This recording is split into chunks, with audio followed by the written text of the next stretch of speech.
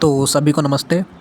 जैसा कि हमने पिछले वीडियो में बात करी थी प्रकृति पे कि वो इटर्नल है या नहीं है, ठीक है। हमने प्रकृति को जाना था और आज की वीडियो में हम जानेंगे टाइम, जिसको हम कहते हैं काल, कि काल जो है वो अनादि है या नहीं है, ठीक है।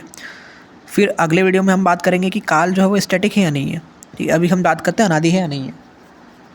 तो सबसे पहला प्रश्न आता है कि काल है क्या, आखिर में जो टाइम है वो टाइम है क्या, ठीक है। तो वैशेषिक दर्शन के अनुसार काल जो है वो जो अनित्य अनित्य में होता है, अनित्यम जिसका अनित्यता जिसका प्रभाव है, और जिस कारण से जो अब तब अभी कभी तभी जभी आज कल परसों तरसों और जो जो भी चेंजेस होते हैं, जो भी अनित्यता है, अनित्यता मतलब जो भी चेंज होता है, जो भी बदलाव आते हैं, जो परिवर्तन आता है, या कहें जो भी बदलाव, ठीक है। और शीघ्र विलंब मतलब जल्दी या तेज या फिर धीरे, जिसको हम शीघ्र विलंब कहते हैं। तो ये सब जो व्यवहार होते हैं, ये सब होते हैं काल के प्रभाव, काल के कारण, ठीक है। तो इससे हमें काल का ज्ञान होता है, इसको हम बोलते हैं काल, ये होता है काल। तो ये तो हो गया वैशेषिक दर्शन का। अब हम बात करते हैं जो आज की जो मॉडर्न डेफिनेशन है, जो सब मानी जाती है, वाइडली एक्सेप्टेड जो डेफिनेशन है काल, जो कि टाइम की डेफिनेशन है, वो भी इसके जैसी ही है, इससे कोई विरुद्ध नहीं है इसके, जो कि है जो कंटिन्यूस हो, इर्रिवर्सिबल हो। कंटिन्यूस मतलब जो कभी रुकता नहीं है, जो हमेशा चलता रहता है। इर्रिवर्सिबल मतलब एक डायरेक्शन में चलता हो, वो कभी वापस रिवर्स में पीछे नहीं आता है। और तीसरी चीज़, जो एग्जिस्टेंस की जो प्रोग्रेस है उसको, जो उसके अंदर जो सहायक होता है, एग्जिस्टेंस की जो प्रोग्रेस होती है, वो प्रोग्रेस जो कराता है, और जो इवेंट अकर कराता है, ठीक है। जो इवेंट अकर होता है वो उसका जिस रिस्पेक्ट में होता है, जो चेंजेस होते हैं किसी भी चीज़ में, जो चेंजेस होते हैं वो जिस रिस्पेक्ट में होते हैं उसको हम बोलते हैं टाइम। टाइम के रिस्पेक्ट में चेंजेस होते हैं। अगर टाइम नहीं होगा तो जो चेंजेस नहीं होंगे, जो भी है वो जैसा था वो वैसा ही रहेगा, हमेशा हमेशा जो जैसा था वो वैसा ही रहेगा।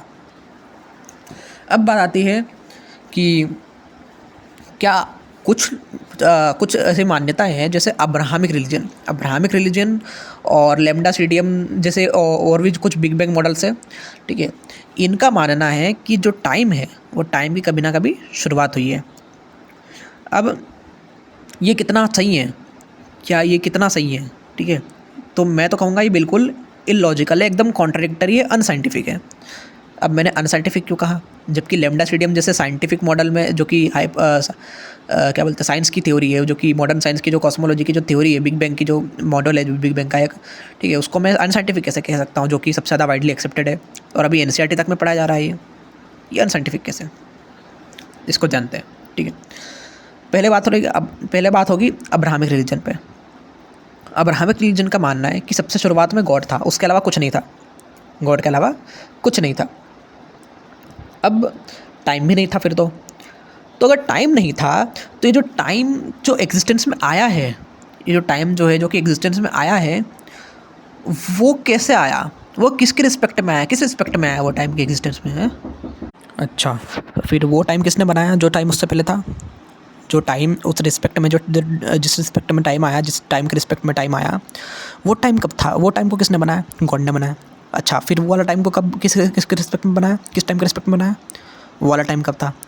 तो ऐसे तो इन्फिनिट रिलेशन चलेगा, इन्फिनिट चलेगा ना ये टाइम, कि भाई टाइम को टाइम पे फिर उसके रिस्पेक्ट में टाइम बनाया, फिर उस टाइम को उस टाइम के रिस्पेक्ट में बनाया, फिर वो टाइम को फिर पहले बनाया। तो ऐसे तो कभी यूनिवर्स बन नहीं पाएगा। तो इस कारण से हमको टाइम को पहले से ही मानना पड़ेगा। अब बात आती है यहाँ पर कि जो क्या बोलते हैं, जो टाइम है, जो लैम्डा सीडियम मॉडल में बताया गया है कि टाइम जो है वो एक पॉइंट से निकला, ठीक है, उससे पहले टाइम का एग्जिस्टेंस नहीं था। तो यहाँ पर भी सेम प्रॉब्लम आएगी कि अगर टाइम का जो एग्जिस्टेंस अगर नहीं था तो फिर वहाँ पर जो इवेंट हुआ है, जो टाइम निकलने का जो इवेंट हुआ है जिस पॉइंट से, तो वो इवेंट कैसे आकर हुआ, वो कहाँ पर आकर हुआ, किस रिस्पेक्ट में आकर हुआ, वो किसके रिस्पेक्ट में आया वो टाइम। जब हम कहते हैं, जब लैम्डा सीडियम मॉडल जो बिग बैंग का मॉडल है उसकी तरफ से जब कहा जाता है कि भाई जो बिग बैंग है वो 13.8 बिलियन ईयर्स पहले हुआ, तो मतलब इसका मतलब ये भी पॉसिबल है कि 14 बिलियन ईयर्स एगो भी मतलब उससे पहले कुछ नहीं था। 15 बिलियन ईयर एगो पहले वो बिग बैंग नहीं हुआ था मतलब। तो जब ये इतना जब 14 billion years ago big bang नहीं हुआ था, जो 13.8 बिलियन ईयर्स एगो हुआ था, पहले हुआ था, उससे पहले बिग बैंग नहीं हुआ था। तो जब ये पहले और बाद का जो व्यवहार है जिसको हम बोल रहे हैं कि 14 बिलियन ईयर एगो, तो ये हम कैसे बोल पा रहे हैं भाई, जब उससे पहले टाइम नहीं था? तो मतलब हमको टाइम मानना पड़ेगा कि उसके पहले टाइम था। क्यों?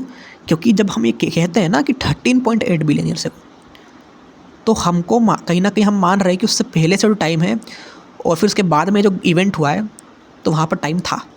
इससे टाइम प्रूव होता है। तो टाइम को जो है इटर्नल मानना ही पड़ेगा। अब मैं इसको अनसाइंटिफिक क्यों कह रहा हूँ? अनसाइंटिफिक इसलिए कह रहा हूँ मैं क्योंकि ये जो टाइम की जो डेफिनेशन है, जो कि साइंस के साइंटिस्टों ने अलग अलग डेफिनेशन दी है, ठीक है, जिसमें आइंस्टीन ने इसको एक एज अ डायमेंशन बताया, ठीक है। अब इस डायमेंशन में क्या जो टाइम है अगर वो खुद एग्जिस्टेंस में आया है, तो मतलब समझना पड़ेगा हमको कि एक पूरा डायमेंशन एग्जिस्टेंस में आया है। और अगर ये डायमेंशन खुद अपने आप में एग्जिस्टेंस में आया है, जो डायमेंशन है ये अपने आप में खुद में एक एग्जिस्टेंस में आया है, तो ये किस डायमेंशन में आया है एग्जिस्टेंस में?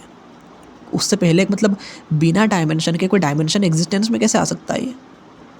ये क्वेश्चन तो हमको पता करना पड़ेगा ना, क्योंकि एग्जिस्टेंस में आना एक चेंज हुआ, और यही तो टाइम डायमेंशन, जो कि टाइम एक डायमेंशन है, यही तो इसका काम है कि जो चेंजेस हो रहे हैं, चेंजेस को जब हो रहे हैं तो उसके रिस्पेक्ट में होना, इस टाइम के रिस्पेक्ट में होना। तो डायमेंशन नहीं था, कैसे नहीं था भाई? पॉसिबल ही नहीं है। तो ये थ्योरी जो है लैम्डा सीडीएम का जो मॉडल है, इसका जो मानना है कि जो टाइम जो इटर्नल है, ये एकदम अनसाइंटिफिक सिद्ध होता है। अब अगले पार्ट में हम देखेंगे कि ये टाइम जो स्टैटिक मानना पड़ेगा, इसको नॉन स्टैटिक माने।